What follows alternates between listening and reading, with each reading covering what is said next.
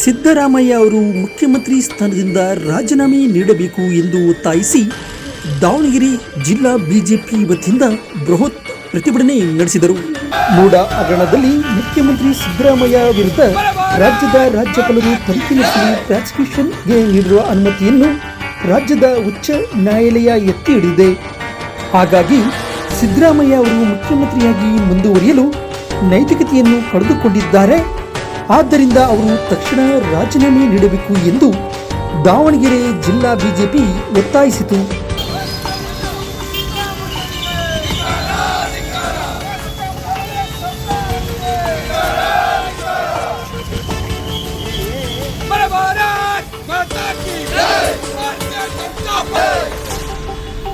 ರಾಜೀನಾಮೆ ಕೊಡಿ, ರಾಜೀನಾಮೆ ಕೊಡಿ.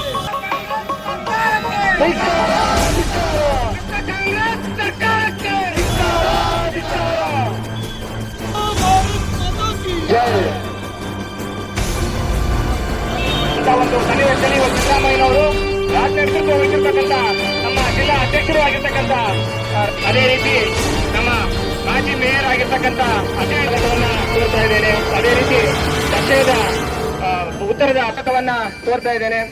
ನಮ್ಮ ಬಿಜೆಪಿ ಇರತಕ್ಕಂಥ ಶಿವಪ್ರಕಾಶ್ ರವರಿಗೂ ಹಾಗೂ ನಮ್ಮ ಎಲ್ಲ ಮೋರ್ಚಾದ ಅಧ್ಯಕ್ಷರು, ಪ್ರಧಾನ ಕಾರ್ಯದರ್ಶಿಗಳು, ಸರ್ಕಾರಕ್ಕೆ, ಅಭಿವೃದ್ಧಿ ವಿರೋಧಿ ಸರ್ಕಾರಕ್ಕೆ ಧನ್ಯವಾದಗಳು.